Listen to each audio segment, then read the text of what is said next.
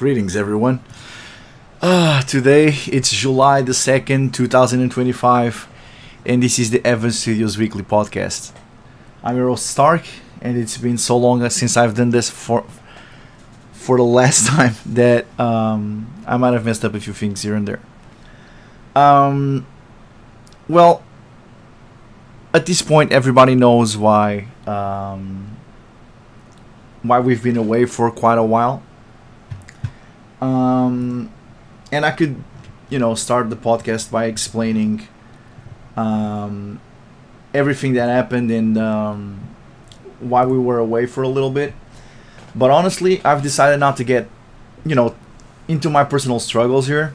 I think I already opened up about them on our socials and our Discord, and I think that's enough for now. Like, the truth is, even though I'm starting to feel better and coming out of that dark place, just talking about it again brings a weight that I don't need right now. And even the neurologist said that I should avoid it for now because it's not something you face. It's something you grow past from. So yeah, talking about it a little bit will probably just steer my anxiety even in small ways. And I've already been running on fumes for longer than I'd like to admit. So if you want to find out what happened, basically just check our Discord or our support platforms. I explained it there extensively. So, right now, even something as simple as like trying to find the right words to say something feels a little bit overwhelming, and I don't want to put more pressure on myself than necessary.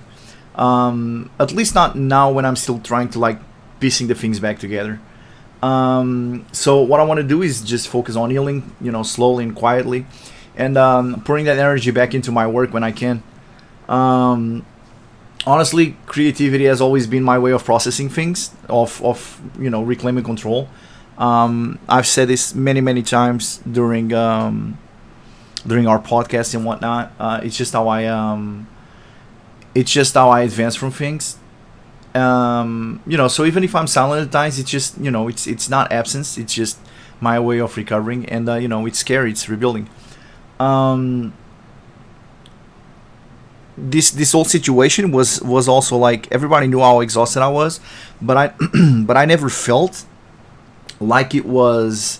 I never felt like it was something that will just hit me by surprise. I always felt like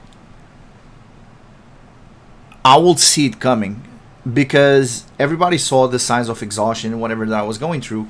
But I was like, listen, I thrive in this. I thrive in this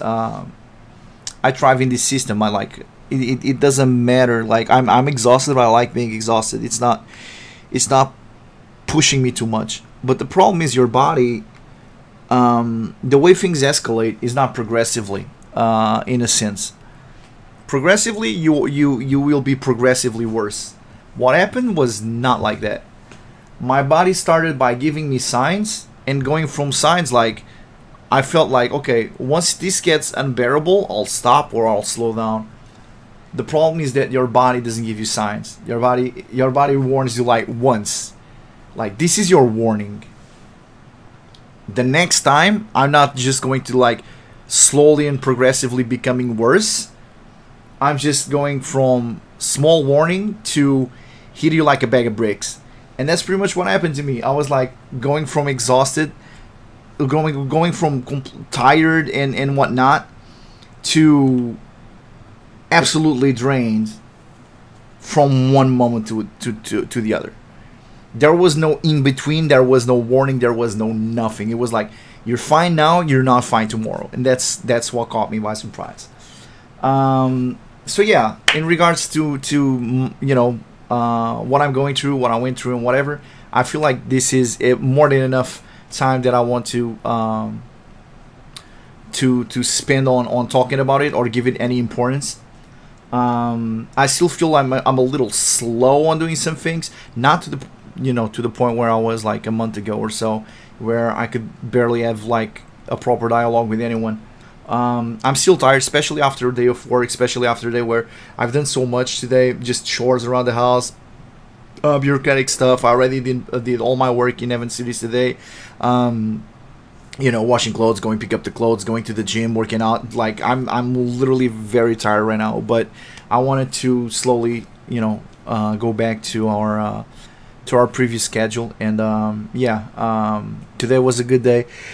Was just as a good day as any other. To start it off, I'm sorry if I'm yawning and whatever. Basically, at this point, my body is getting to the point where it manifests more violently the exhaustion. Like my eyes become super tired. I start seeing like double vision, blurry vision. I feel tired. My dialogue gets slurry. It's all that. But I don't want to talk about that. It's basically just what is going on. You guys know it's on Discord, it's on Patreon, it's on Subscribestar, it's everywhere. I just had to step back. Like I thought I will be able to slowly progress while I was around, but I tried to stick around. I tried to finish the patch because we were almost done. I tried to stick around, but my body spoke louder than me, and I had no choice in the matter, and I had to step away. But other than that, fuck it. We're done. We're here. Luckily, it's nothing too serious. Still fixing some situations. Still going through some shit. Still gonna need new glasses. New glasses. Also, explain the problem. But yeah, that's it. I've already been talking about this for like 5 minutes. I don't give a fuck about it anymore. All I want to say at this point is just I want to say thank you to everyone who stood by me. Not just this time, but every time that I was down, every time that I needed to step back. When it was the situation with my mom, when it was the situation with my father's cancer, when it was the situation, every time I go down, I like to go down swinging. But the truth is, I've only been able to do this professionally for so long because you guys have been in my corner. So your kindness makes a bigger difference than you probably even realize. I can't thank you all enough. And with that, let's get the fucking dark notes out of the way. Fuck that shit. What up, Ariane? What up, Shortcut? What up, everybody that is listening to this live and everybody that will listen to this later down the road? How you doing, guys? My cat too. See, my cat says hi too. What up, baby? So yeah, let's focus on because I don't know how long I'll be able to do this for today before I become like super exhausted. Okay, my cat is very participative today. She's on the last few days she hasn't been too used to seeing me talk this much or this loud. So that's probably why she's like, I haven't enjoyed having people around. Oh, what the fuck. I need to read about this. Anyway, this is bad. There's, password leaks in the internet. Like, I swear at some point, not even two-factor authentication are going to save us from poorly saved passwords. Anyway, let's talk about Evan Studios, which is why we're here. First of all, I just want to tell you guys that the progress on Bloodlust has been moving at full speed. And honestly, I couldn't be more excited about how things are shaping up at this point. All the character busts are done, which is a huge milestone. That includes the janitor old man. That also includes the landlord, which everybody voted on the character. At this point, we've already officially shifted all our focus to the anti-scenes. We have already started making the initial anti-scenes. Of course, some of them initially is going to be like more in the lines of like a grope, just basically showing the silhouette of a character, someone getting undressed and being seen on camera, shower scenes, all those type things are going to be some of the first scenes that you're going to see. But we are already working on those scenes. Some of these already have been teased to a few lucky community members, obviously including our Patreon VIPs. And they already got a sneak peek at what's to come. And we're working on more anti-scenes on a daily basis, so that's super cool. And behind the scenes, I've been sketching out a lot of map designs by hand. Basically, just making rough drafts filled with ideas and emotion, atmosphere, immersion. Because obviously I didn't want to spend time working in front of a computer, but I still wanted to materialize my ideas, and I wanted to keep working on the games. So yeah, I've done a lot of groundwork for Bloodlust in terms of menus, all stuff is supposed to look, all the mechanics are supposed to work and work between each other and whatnot. Yeah, and the maps are something that I always been putting a lot of passion into it, a lot of time into it. As you guys probably seen with the teasers for Journey Abroad and Bloodlust, because I wanted each area to feel very alive and meaningful, not just just functional. And it's been a rewarding creative process, and it's helping me visualize how each part of the game connects to the story and the characters. I want the world to feel very vibrant. I want the world to be very immersive, and I want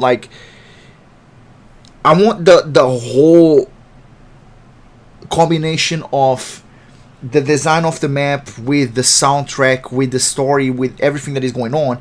I want everything to make the game feel very, very, very immersive. In terms of, it's nighttime. The song plays like a nighttime-ish tune.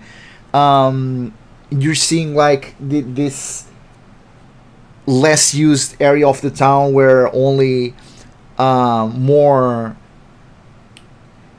illegal people try to walk around. Basically, I want the town to be split between areas, and I want each area to feel very unique, and I want the red light district to look like a red light district. I want the park and whatnot to feel vibrant and feel happy, and and I wanted to make the maps look something that you will find in real life, and basically push the borders of RPG Maker to their limits.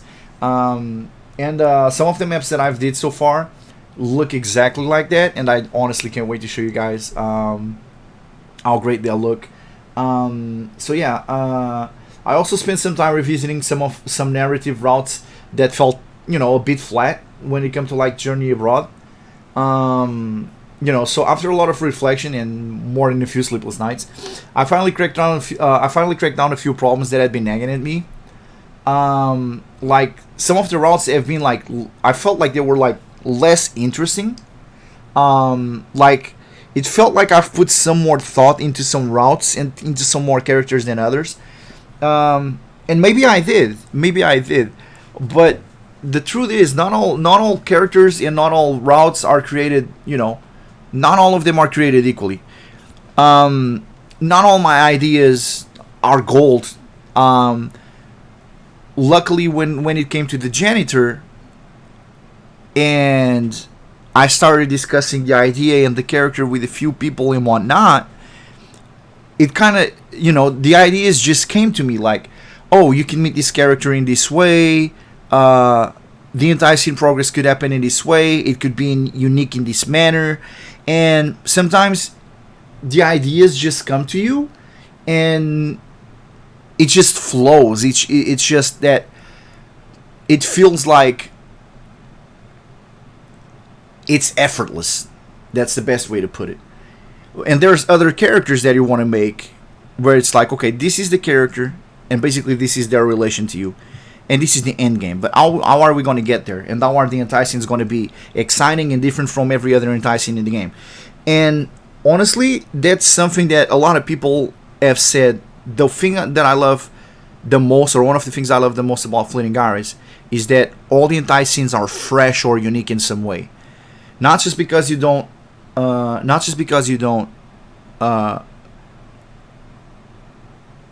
recycle the CGs and whatnot, but because they all seem unique in some way or shape, or because of the teams, because of where it happens, because of the positioning, because of how the character relates to this other character. Yeah, and I wanted those points to be even more perceivable in Bloodlust. I don't want any character and any anti-scene to feel like an overlap. Like this scene could be happening with any other character. And one of the characters that I was having an issue with that was actually the school principal. Like, okay, he's the main bad guy, and we know how the game ends. But what makes these scenes exciting? Because when you see the scenes between Jazz and the roommate boyfriend, there's that love triangle. There's that whole Eden sex trying to do things behind the the housemate, and there's the fact that Jazz starts as a lesbian, so basically she's being teased by a guy, she never had sex with a guy, so there's this whole dynamic over there that is built on all those premises. The fact that Jazz is initially a lesbian, the fact that she's having to do everything behind the back of her roommate, the fact that she hates him initially, the fact that they live in the same house. So there's a bunch of dynamics that make for exciting scenes and exciting stories in there. The whole love triangle between Eve and the nice teacher and the gym teacher, which is one of the antagonists, and them knowing each other since kids, and that love triangle situation, it gives room to a lot of spicy scenarios. The landlord basically trying to fish him for information because you discover that is also one of the informants that you were told to meet. You just didn't know it at the time. The whole scenario and the way you relate to that character and the way you meet that character makes it so it's like super simple to build a story around that character and make it spicy. My problem with the principle is that I had the end game, I know where it ends, but I didn't know how to get there. So all the sex scenes just felt like sex scenes. They had like no purpose or anything. But I managed to scrap a lot of it and rewrite it, and now I came up with an idea to keep the scene spicy and interesting. So I mean, you guys gonna have to wait to see it, but I was finally able to improve the routes that I wasn't so sure about. And all games are probably going to have it. Like, I'm not having that issue with Journey Abroad because all the characters are so distinct. And when I've imagined them, I already imagined them with the whole story around them in mind. But when it comes to Bloodlust, I knew that I wanted to make certain characters, but when it comes to make the entire scenes, maybe it wasn't all set in stone. And it was like Fleeting Iris. I wanted to make some characters and whatnot, but lack of ideas made it where, unfortunately, not all routes, at least initially, were equally as good. I was, Clark route, for instance, initially wasn't that good of a route. I knew that I wanted to make an office route, and initially I was running out of ideas, but that's when I came up with the idea that your boss could also be the main, the main person behind all the criminality in Evan City, and it could also be your father. So that's basically how you build on a character that might not be that interesting initially, and I knew I wanted to make an office route with Ayame, but I didn't have that many ideas. So the idea is where that's going to be your father, who, by the way, was supposed to be another person that you actually never get to meet in Fleeting Iris. The fact that he is also tied with all the criminality in Evan City, like all those things are things that I came up with later and helped me build the character. Oh, this character is also into like domination or whatever because he's a person of power and likes to dominate others. Like all these details are the details that build upon a character and make them interesting, in my personal opinion, right? So it's not something that you sometimes think of it right away. It's something that you build upon. And unfortunately, or fortunately, because I managed to fix it down the road, but the school principal was such sad character where it, other than being the main antagonist and having a start and an end, I didn't know what would be the mid game or how to make it exciting. And thankfully, I was able to come up with something spicy. But you guys will have to wait to find out.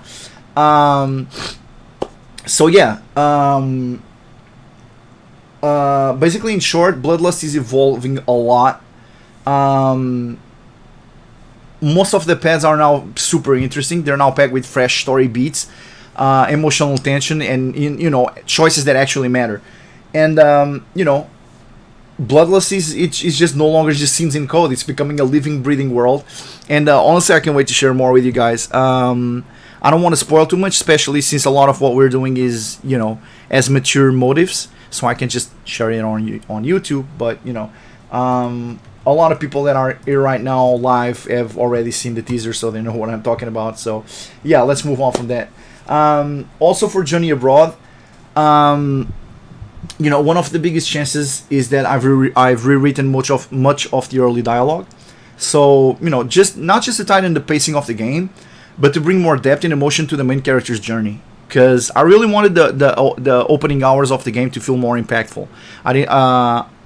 Initially, since we were making like a tech demo, we made it so the character progresses really fast because we were under deadlines, under stress, under whatever. So I didn't put as much detail into those parts of the game as I've wanted to, and I've been taking that time to do that. Because the protagonist, having just turned 18, is stepping into a world that feels both unfamiliar and full of hidden weight. Like, is he secure? Is hesitant? Is and all these things I wanted to show you guys through introspection, the inner conflicts and subtle dialogue and whatnot.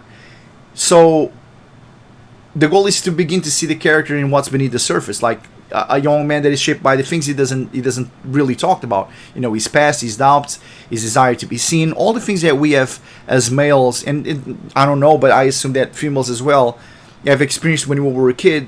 And I want to verbalize those things a little bit more. I want the players to relate more to the character and feel immersed in the story. So I feel like when I played through the first hour of the game, I felt like I don't feel connected to the character. I feel like everything happened so fast, and we're just, now you meet this character, now you meet this character, this is his sister, this is his mother.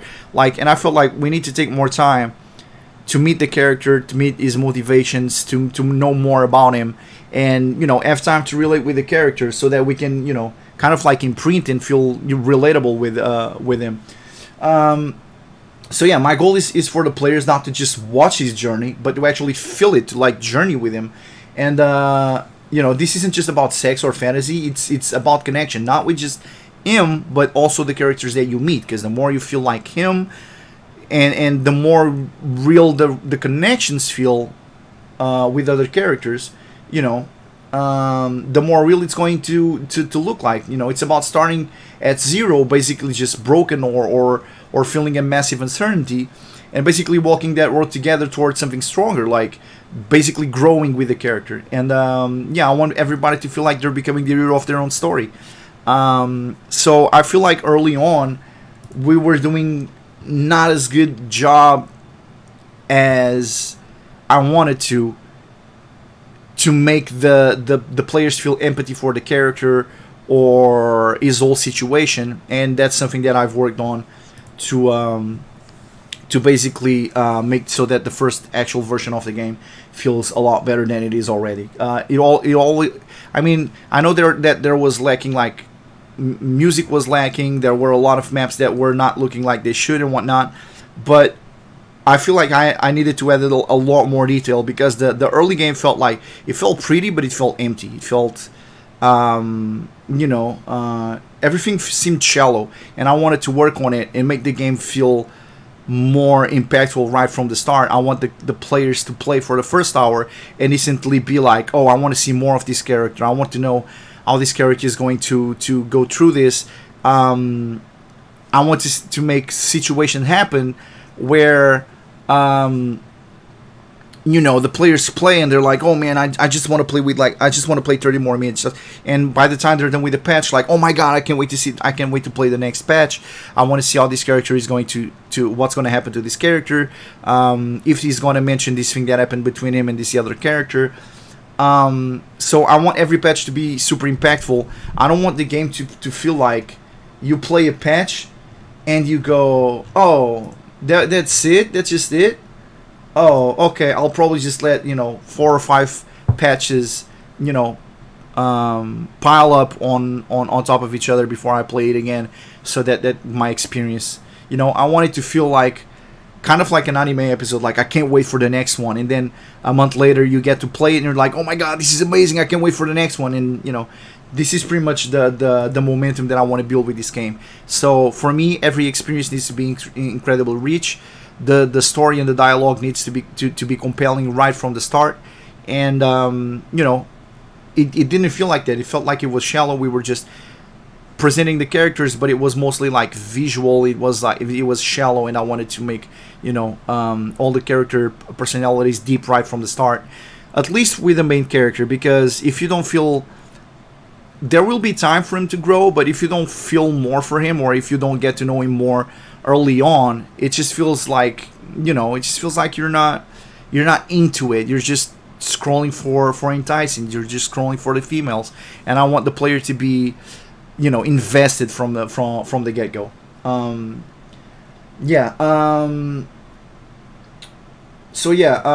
That's pretty much it for Journey Abroad so far. By the time when we took a break, things were already done to begin with. So in terms of like the world building, I just need to write a few more lines and code the map, and then release it. But I'm taking it slow to make sure that I'm really happy with all the dialogue, that the dialogue is rich, that the characters are rich, and basically just improving on what was already done before, and trying not to do it in a rush, because not only will I be unhappy with the release, I will probably push myself too hard, and probably shouldn't do that at this point. But as many of you already know, we've been trying to grow both as a team and a creative studio, and I know that might sound a little ironic or maybe even contradictory, consider everything that I've been going through. But the truth is, my struggles weren't about having too much to do. They were more about having nothing to do at certain periods, and then suddenly being overwhelmed all at once. I will have periods where I will have nothing to do because I was waiting on someone else to do something, and then I will have periods where I will have weeks of work to do in a couple days, and that's something that burned me out. It just wasn't sustainable. But right now I'm learning to pace myself. I'll be slowing down in some areas, but always staying engaged in others, and basically just trying to find an healthy rhythm.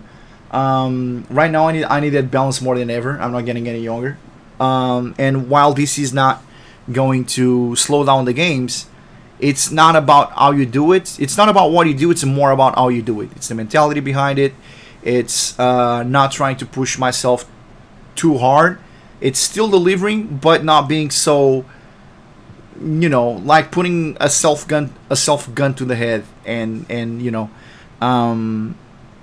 just work steadily like I've been doing, and by a certain day, what it's done, and just release it. I've been wanting to do this from the get-go, but sometimes it's just difficult to disconnect. But yeah, anyway, a while ago I was faced with a tough reality, which is I can't keep building Fleeting Eyes forever. A lot of routes weren't released in the game. Basically all of the stretch goals weren't met, so the Jack route wasn't done, the continuation of the office route wasn't done. There were basically a lot of routes that we still wanted to do that we didn't do, because for many reasons, like Fleeting Eyes was already becoming huge, and it was and it is at this point not very profitable. And I wish I could, I really do, but physically and financially, it's just it will not be realistic in the long run. But there's still a lot of stories that I wanted to tell, about characters and whatnot.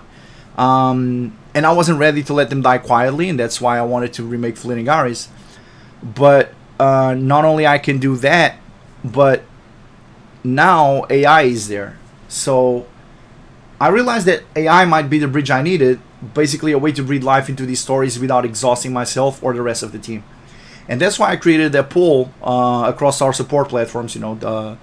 I think it was on Patreon and Subscribestar mostly. I don't remember if I put it on Discord, but I don't think so. and basically the response to if people wanted to see stories with IAM and whatnot made in AI, as well as everything else that we are doing. And basically the response was like an overwhelming yes. So yeah, the validation was everything that I needed.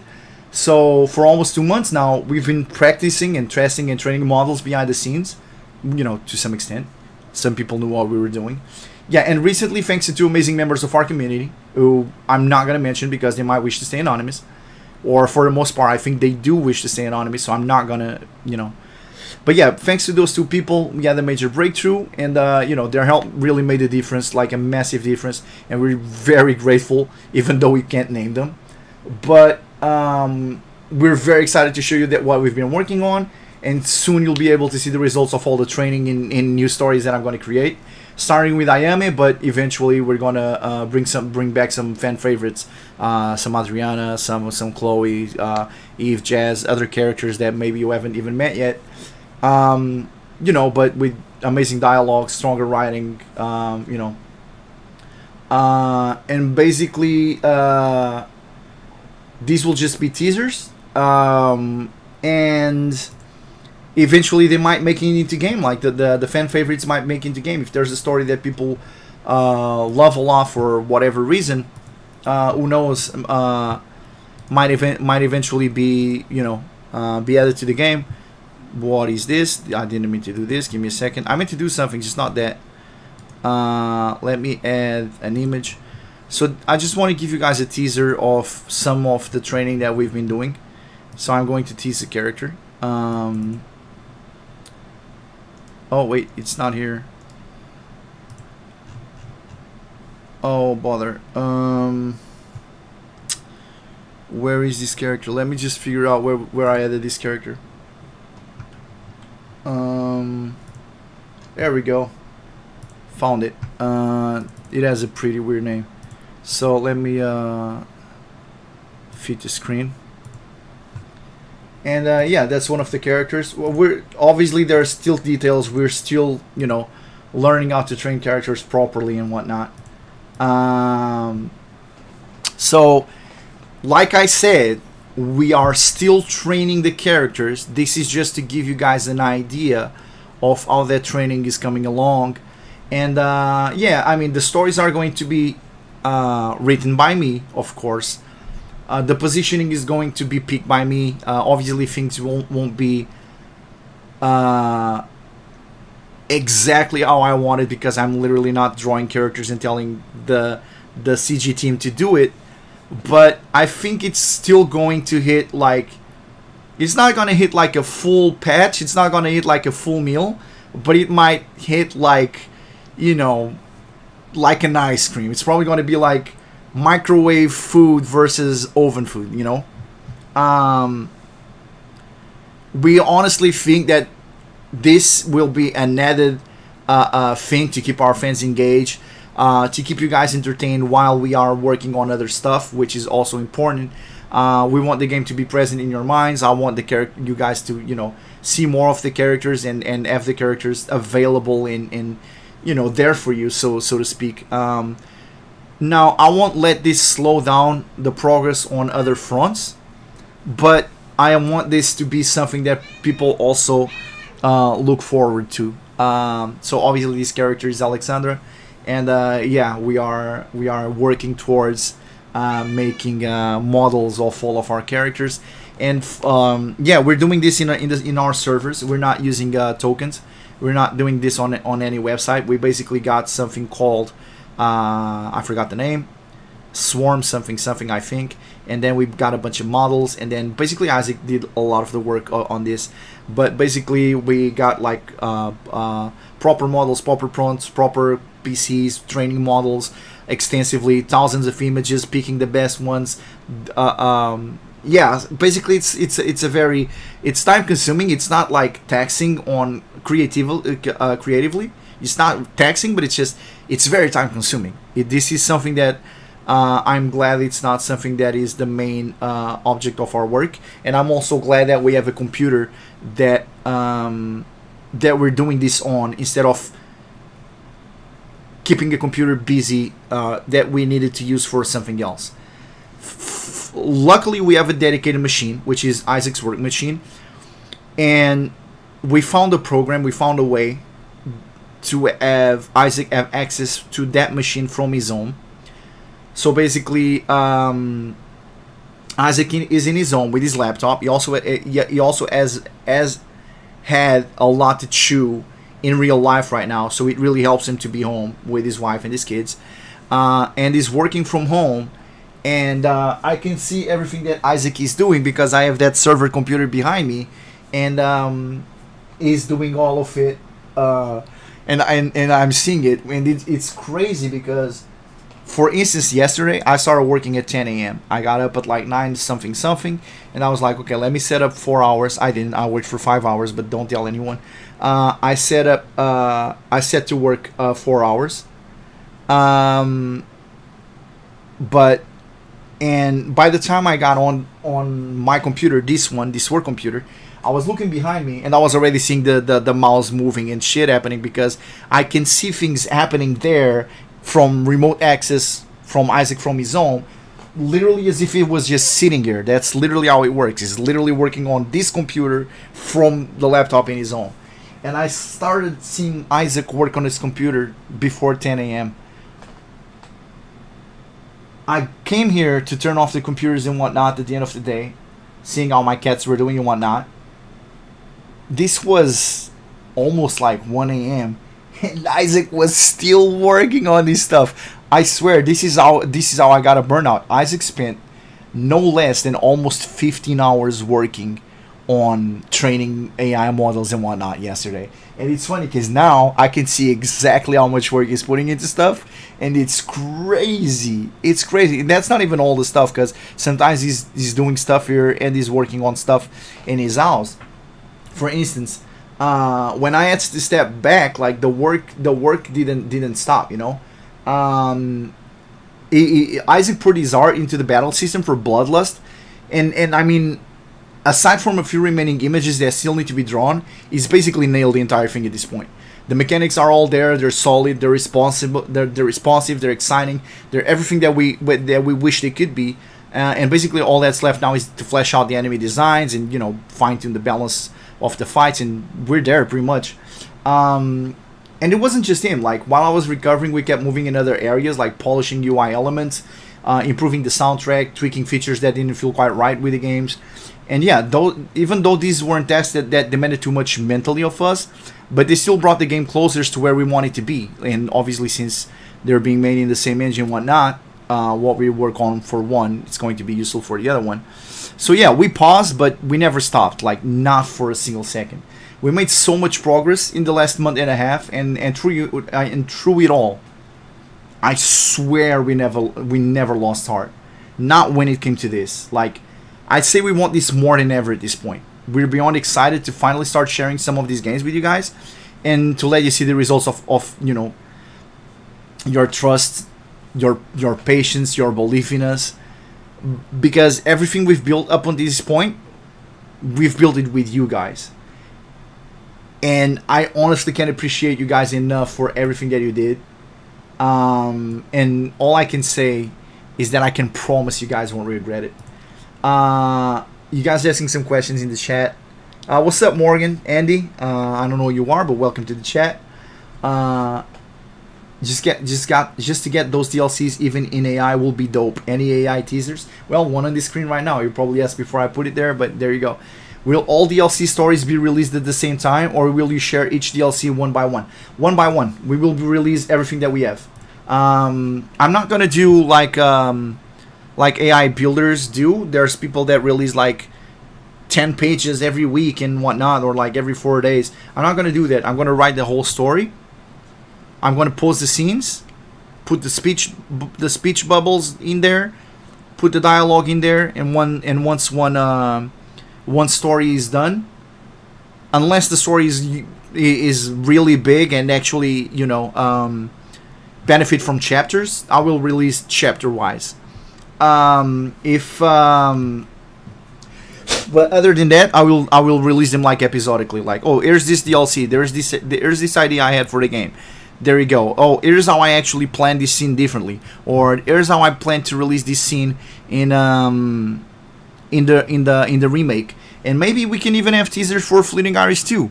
So yeah. Also, by the way, we're still deciding if we're going to release those on our Patreon, or if we're going to release them for free, or if it's going to be a combination of Patreon and free.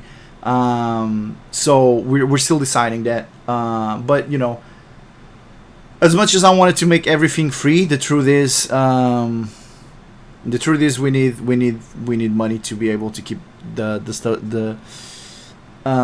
studio afloat. So chances are it's going to be something that is going to be released with people that are paying for the patches.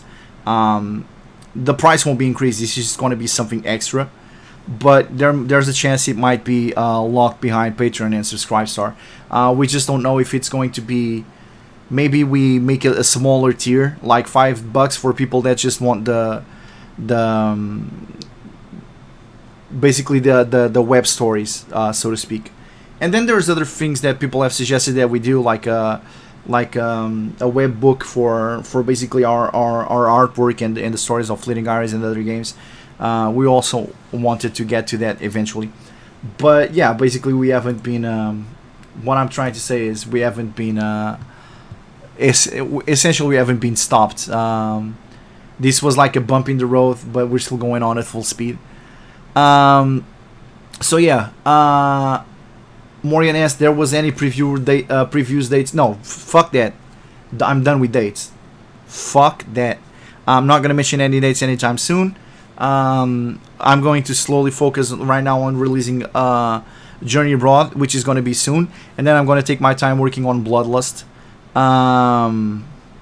You know, I can probably say we could release it like next week, but the thing is, I want to add as much detail to it as I can. So I'm going to say right now our goal is to release before the end of the month and make the patch actually sizable, not something that you just, oh, here you go, you just met like a bunch of characters and now it's done. No, we want to make a sizable patch because now we have enough artwork to do it. So we actually want to make the patch a little bit deeper than it was originally meant to. But I'm not setting this date in stone. Like, we wanted to release this at the end of the month, but I'm going through a process right now. I'm going to give my best, but I don't want to make any promises. I'm going to focus on working, take it one day at a time, and we'll see by the time we get there. But like we said, bro, we're super excited to be back. I'm super excited to being guilty, you know. But yeah, I'm gonna have to take it slow, man. Like pushing myself past the point of exhaustion.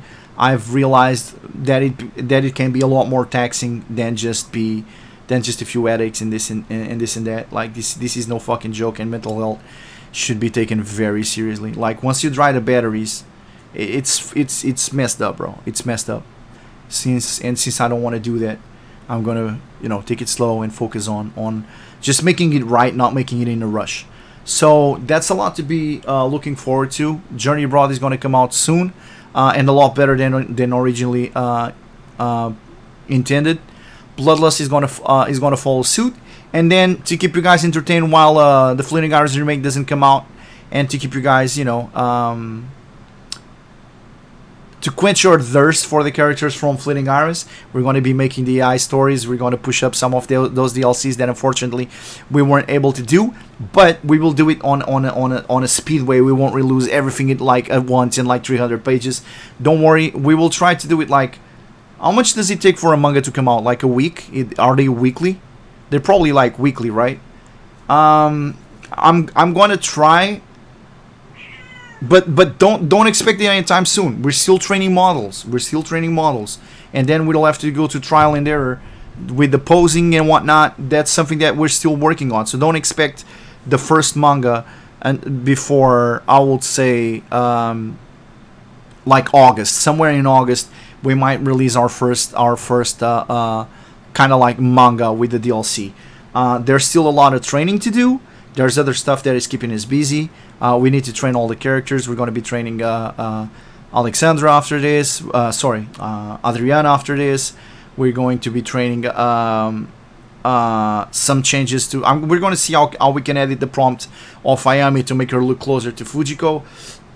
So basically, there's a few things here and there that we're still, trying to get perfect. But when we do, once we start putting the mangas out, we're going to be churning them out, because what we're lacking is definitely not ideas. There's going to be a lot of stories, and hopefully you guys enjoy, and the best ones will actually make it into the game with proper art, with proper animations, with a proper build up.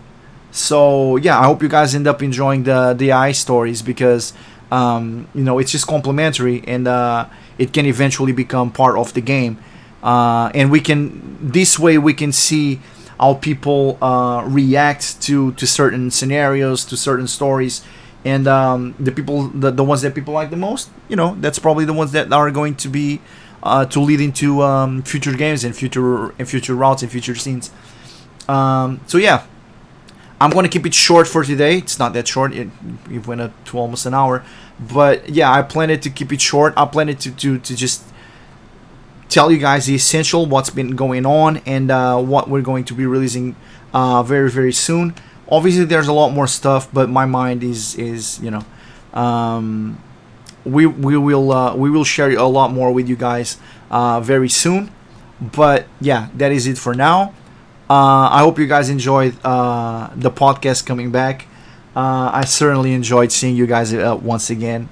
It definitely feels good to coming back to normality in some way, shape, or form. And yeah, let's hope that from now on, that every week we have something exciting to share with you guys. So stick around. I'm going to as always, we're going to be super transparent. I wasn't about my sickness, so to speak, but not because I didn't want to, but because I was literally advised to not think about it and try to step back, step away from everything. I tried to keep you guys updated on the first few weeks, but then I took off. I had to go clear my mind and whatnot. But we are back. We are as passionate as we ever were. We are super excited to put this out, man. I miss being able to release these patches for you guys. I miss getting feedback from you guys. I miss working with the characters. I miss building these worlds, and I've been away from this for way too long. We have a path. If I can't do anything past everything that I already wrote, past the projects that I've already teased and said I want to build this world at least until here, fine. But right now I just want to keep going and keep working on this, and basically just materialize all the ideas that I have in my head and the things that I'm passionate about, and giving it to you guys and getting feedback for it.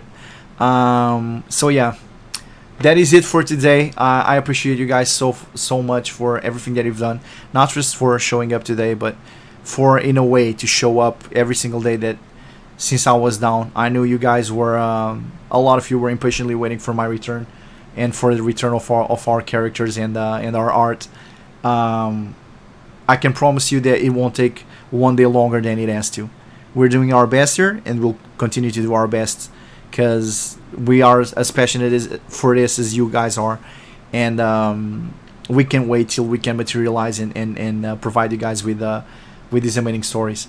Thank you so much for showing up. Thank you so much for the kind words, all the support, everything that you guys did. I honestly can't thank you enough. I feel like I remind you guys of this every week, but it's never too much. Thank you, thank you, thank you, thank you. As always, and with more meaning than ever, much love, much fortune, much health. I'll be seeing you guys. Peace out.